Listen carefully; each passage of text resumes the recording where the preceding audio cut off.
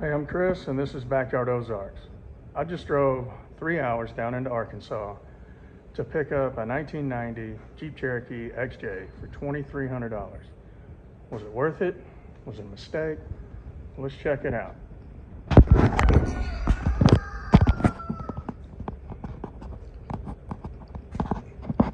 All right, so it looks like it's got a 2 or 3 inch lift on it already, like a 2 inch spring or 1 inch spring and a spacer, something going on with it. But get up close, it's got some kind of bed liner on it. I don't hate it. They did a nice job, but I probably wouldn't have done it myself, but I don't hate it. And I can't find any rust on this thing. This thing is super clean. Yeah, there's the spacer.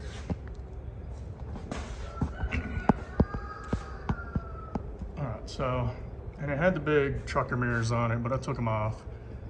I have a parts XJ that I stole those mirrors off of. And everything works. Everything's solid. It's pretty tight. Kind of drove like crap, but we're getting into that. Let's go check out the other side. I don't know if I like the headlights. I might swap them out for maybe some black ones or back to kind of stock. It's got these black D-hole wheels on them, some Federal 31s. They're okay, probably better for off-road only. We're gonna replace them. So here's this side.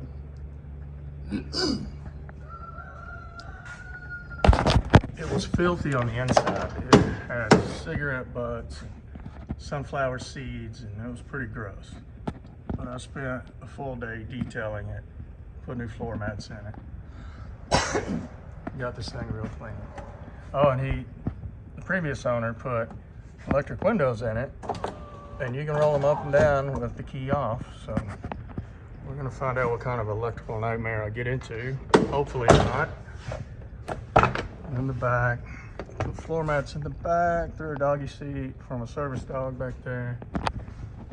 This thing, I'm amazed at how clean this thing is. It is nice. So far, I'm not disappointed. It's up in the back.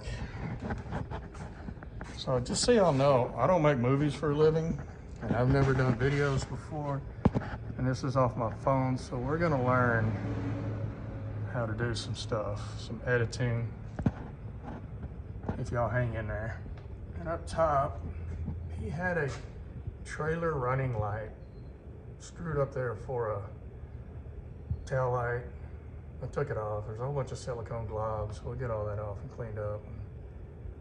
I don't know, maybe put a little pin LED in that hole up there for a tail light. Well, let's check out underneath. So, not very good video. It's a Dana 35, not the best axle, but we're gonna make it work. The hitches kind of got a little rust on it, but I don't see any rust on the springs or the axle. Nowhere. So I'm beginning to think this was not a mistake. I think it's going to be a really good project. And this one is just going to be a budget-minded, like cheap parts to see how they hold up.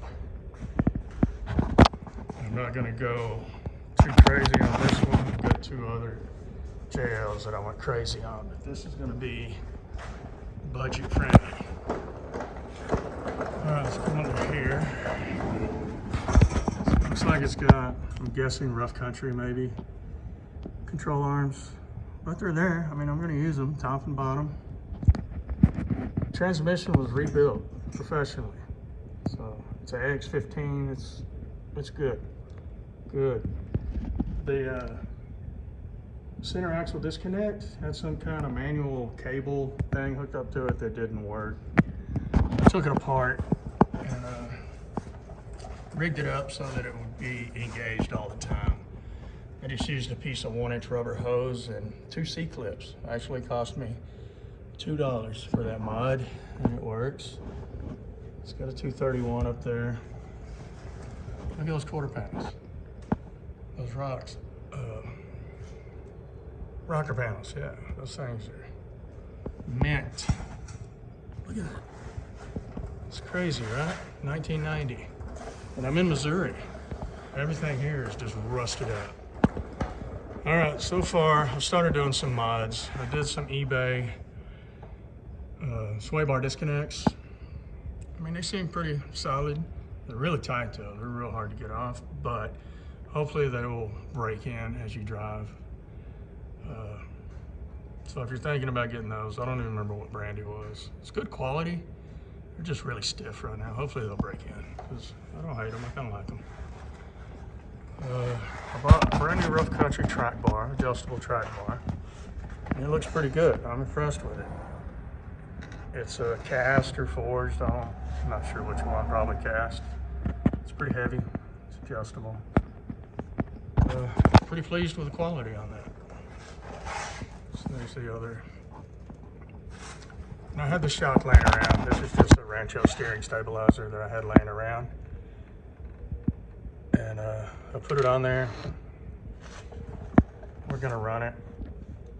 I got the Rough Country 1-ton tie rod upgrade and drag link.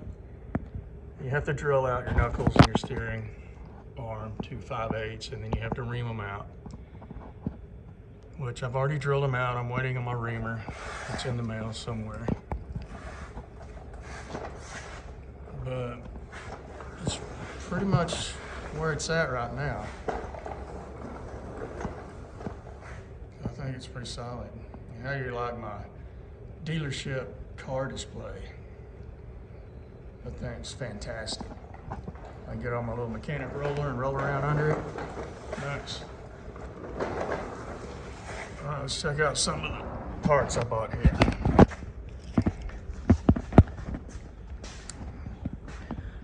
Okay, so there's the brand new 1-ton Rough Country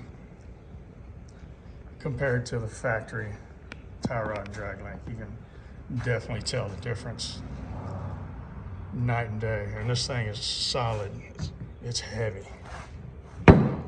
Both of them, they're real heavy. And there's the factory track bar. You know, it's solid.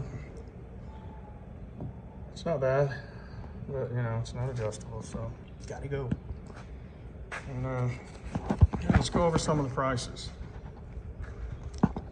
Remember, I'm not a professional filmer, so bear with me here.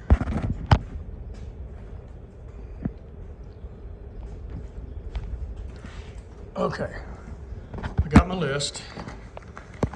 I'll just let y'all look at that while I read it off. The CAD mod that I did, that I told you about, was $2. I did the wheel adapters from 5 on 4.5 to 5 on 5.5, because I have 5 of these that are brand new. Just white steelies, 5 on 5.5 with, I bought these tires on Walmart, 31-10-5. They were $100 a piece. I got the rims for 50. Let's see what brand these are. Trail Climber by Summit All Terrain. I can't wait to get those on there. Okay, so that's what I'm doing with the wheel adapters. I bought the 1.5-inch steering clamp off of eBay. It was $58. I found some used, described as new, lightly used 3-inch Rough Country springs on eBay for $85 for the pair. So I scooped those up. I also bought some braided steel brake lines off of eBay, 3 of them, front and rear, 25 inches long, $35. So we're gonna see if I don't crash into a tree or run off the highway because my brakes go out. Let's see, I did the front stem and bar pin eliminator kit. That was $69. Because I have some Rubicon shocks that I think will work. That's gonna be a mod that we're gonna go over in the future whenever I put those on. I did the rear bar pin eliminators. They were $39. Okay, here's the most expensive part. The Rough Country tie rod was $350. The Rough Country track bar adjustable was $130. Now, rear springs. I wanted to go with a full pack, brand new set. Oddly enough, Rough Country's 3-inch springs cost more than their 4-inch springs by almost $100. Go figure. Can't make sense of that. So I got to looking at Zone Off-Road, which Zone's a good company. They're made in the U.S. They also make some JKS parts and I think BDS suspension also. Yeah, so I picked up a set, both springs, and I had to buy their bushing kit also. Total on that was $289. Not bad. That was cheaper than the 4-inch Rough Country springs. And then the reamer, that was $100. Wasn't too crazy about that, but you know, you gotta do what you gotta do. So all in parts, I've got $1,242 in parts so far.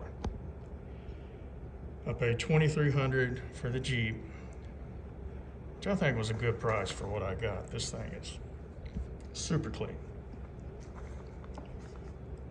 Well, it is now. The interior was trashed. It was pretty nasty. Anyway, total so far, Jeep and parts, $3,542. And I got to tell you, this thing is way cheaper to work on than my Rubicon. I put 40s on it, and it's crazy. If y'all want to walk around on that, I can do that one day. Let me know. Anyway, that is it. If yeah, when the rest of the parts come in, I'll do a little unboxing on that, and I'll keep going on these series of videos. But for now, that's it. So thanks for watching, and we'll see you next time.